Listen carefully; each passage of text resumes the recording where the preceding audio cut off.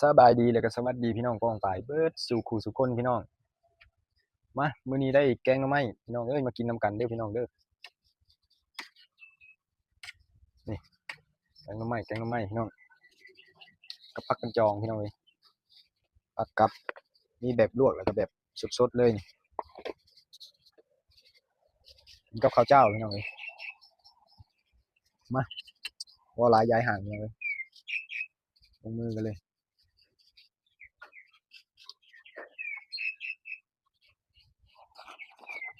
อืมแซ่บพี่น้องเอ้ย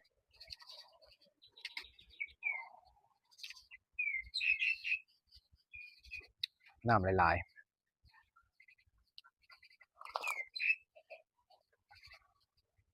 ๆราดใส่เขาเลยพี่น้อง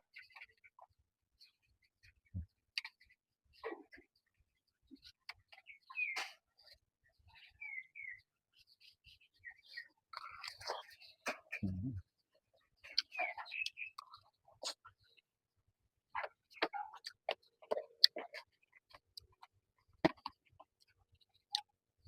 ผักกันจองลวกอืม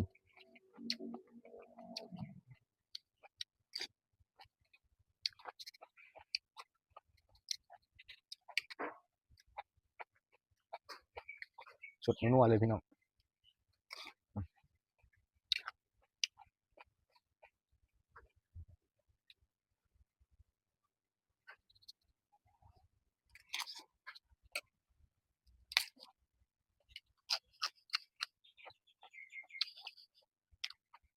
กับผักกันจองสดๆ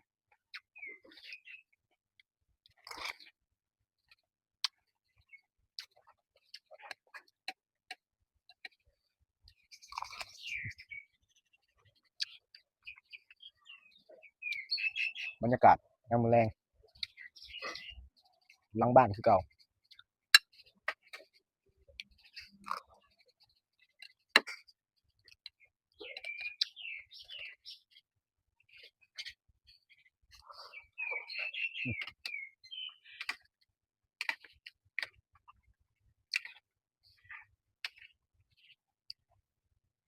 คักๆเลยพี่น้อง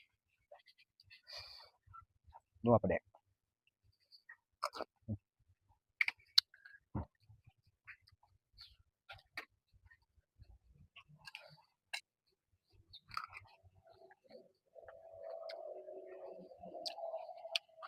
อ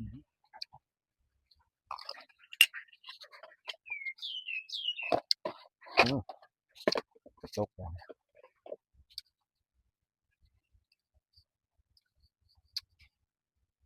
คุยกันเลยพี่น้อง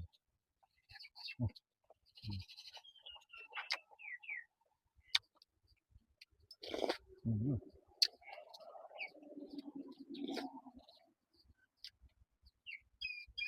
จุดน้ำนัวๆเลย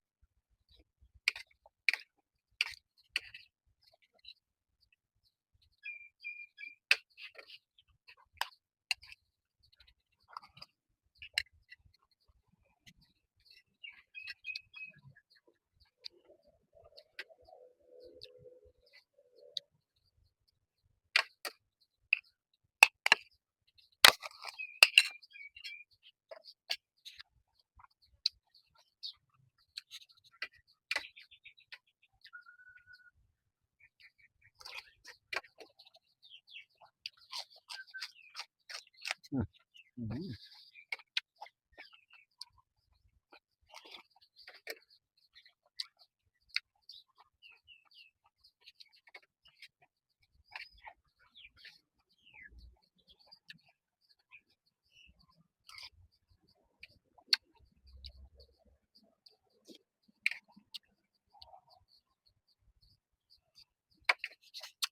อืมผักกระจองลวกพี่น้อง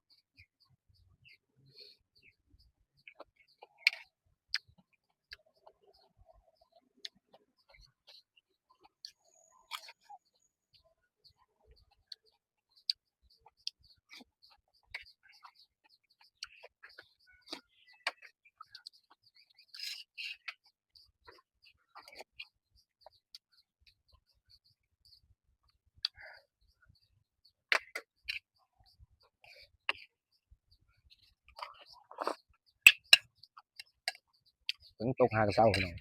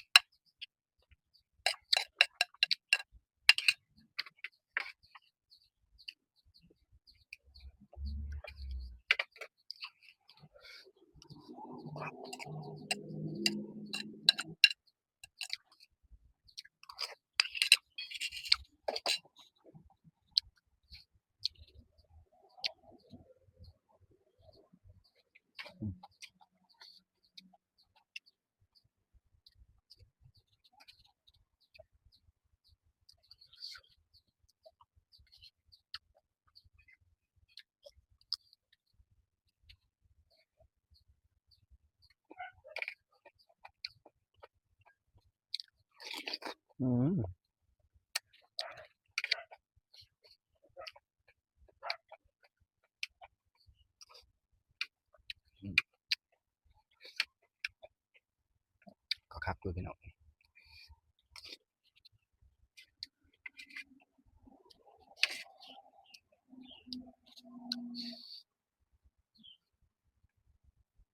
สดแกงหน่อไม้อุ่นๆย่ามมื้อแรงพี่น้องเอ้ย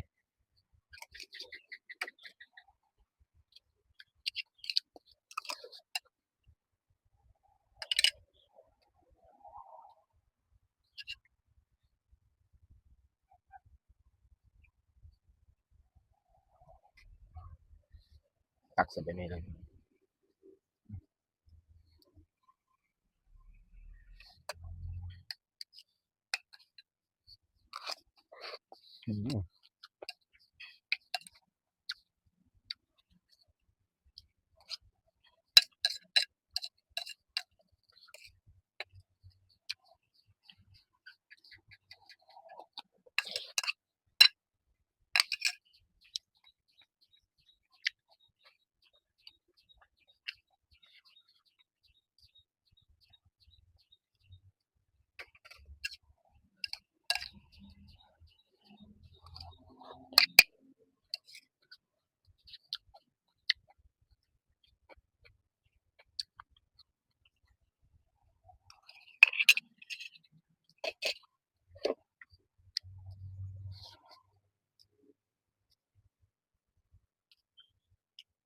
คุยไปนี่เลยพี่น้องเอ้ย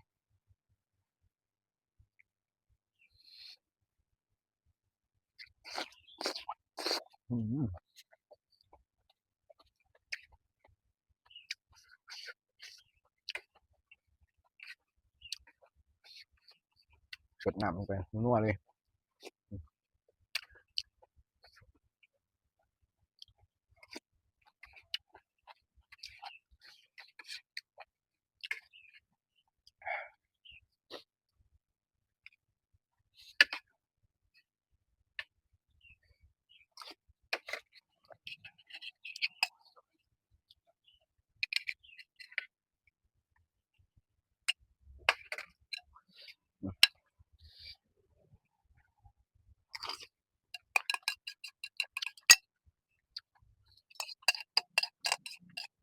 กินกับข้าวเจ้า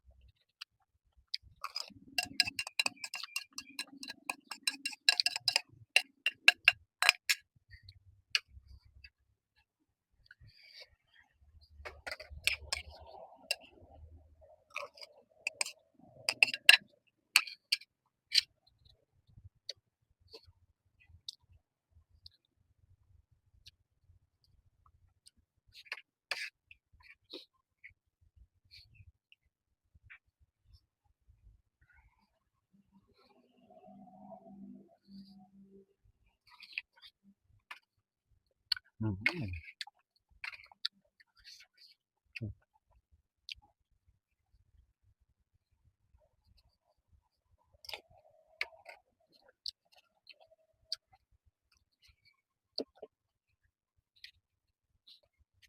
เอาท้ายที่สุดก็ขอจบคลิปแต่เพียงเท่านี้เลยพี่น้องเด้อจังไดก็ฝากกดไลค์กดแชร์กดติดตามให้บ่าวบูนี่เด้อพี่น้องเอาขอกล่าวคำว่าสบายดีสวัสดีพี่น้อง